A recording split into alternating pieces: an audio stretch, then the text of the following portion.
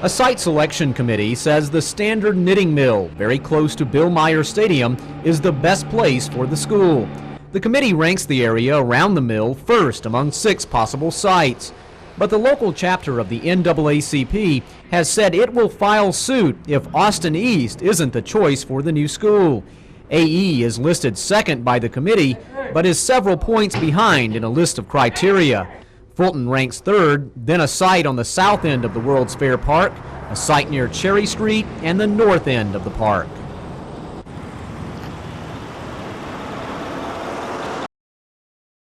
Our school shall not be closed. That revised version of a hymn is the rallying song against school desegregation.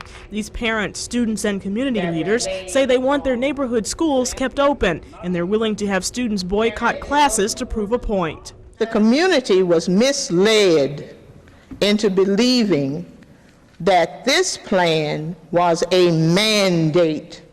An analysis composed by community leaders says that while 14% of traditionally white schools are to be closed in the plan, 77% of traditionally African American schools will shut down. All African American middle and high school students will be bused to schools in white neighborhoods, meaning those students will attend schools where they are always a minority. When you get rid of community schools, then you get rid of community churches, and you start splitting families. I go to Ritter Elementary to catch the bus to go to Gibbs High School. When I live in Orchid Hills, which is a walk to Austin East. I don't understand why they have to take me out of my school. Why can't those white children that go out there have that long bus ride to Austin East? School board member Sam Anderson says the community is misinformed. No, Fair Garden was changed. It's being renovated. Austin East, they say, is going to be closed. No, Pellissippi State's coming in to offer a full course load. Vine is going to be closed. Vine is going to be made into one of the alternative schools. But community leaders say they'll press on against the changes. Most times when we struggle in the civil rights, human rights era, we're surprised when a victory does occur. You never can expect it, you can't predict it, you just have to be persistent. School administrators have said they consider Friday a regular school day. Supporters of the boycott say they will spend the day together mapping out strategies in their fight against the desegregation plan. Cassandra McGee, Action 10 News. Group leaders say they plan to issue a personal appeal at Monday's meeting. We urge you not to agree to participate in this scheme out of fear of being perceived to be racist. Group members have said for months they're against the desegregation plan because it closes schools in their community. Now they've come up with their own options for the proposed magnet school at the Standard Knitting Mills site because they say black inner-city children would be unfairly excluded. They are going to be shut out away from the program. They are not even going to be participants in the program. And from my knowledge and understanding, what I was told is that everyone will have equal opportunity. The group's options are to have magnet programs in 3 high schools, including West, Fulton, and Austin East. Middle schools and elementaries in the community would also offer such programs.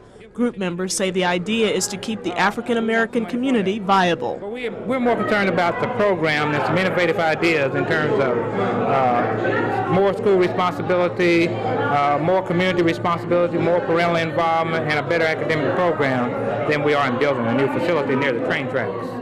They say the mill site is outside the community and uninviting to students. And thirdly, it's connected with a program that in fact absolutely demolishes all educational facilities within the African American community. There is no way that desegregation plan can get our support.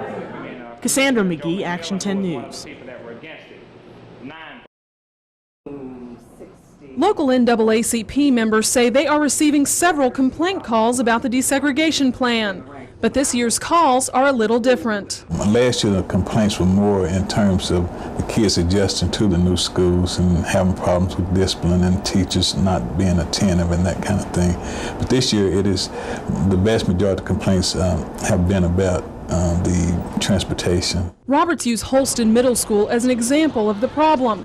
He says some Holston students are now being bused 10 miles away to Carter Middle School as part of the desegregation plan. Roberts says the way the plan is set up now, once Carter reaches its racial quota, some inner-city kids may end up going back to Holston. If inner-city parents choose to keep their children here at Carter, they'll be forced to provide their own transportation. And Roberts says most parents can't afford that. In one case, 3 brothers who were attending a school out of their zone were told not to ride the bus, and they ended up walking 10 miles to their home. Alan Morgan says in that situation, there was a communication problem. They had been told previous to that day not to ride the bus, and I think it came up because there had been a fight at the bus stop the day before, and they were told they were sent home the day before on the bus. Roberts says today's meeting is a step in the right direction. He at least put forth a good faith effort to try to do it, and that's all we can ask is for someone to do their best to make when something's wrong, to make it right. Carmen Ainsworth, Action 10 News. We all feel violated. We wasn't even informed about the meeting here. Phase 1 of Knox County's desegregation plan has been filled with protest and emotion, and many feared the worst. Many felt if there was to be trouble in the coming school year, it would occur here at the newly merged South Doyle High School. It was the product of 3 high schools being brought together with a history of bitter rivalries. I thought there was going to be a lot of fights, and I really didn't think it was going to work that well, but it's worked pretty well so far. Everybody has made a concentrated effort, and I think it's paid off. I'm happy, so as long as I'm happy, my parents are happy. For the schools affected by the plan, though, all was not perfect. Early on, there were bus problems. Some parents argue there still are. Considering the dramatic changes in some of these kids' education, it's been very calm.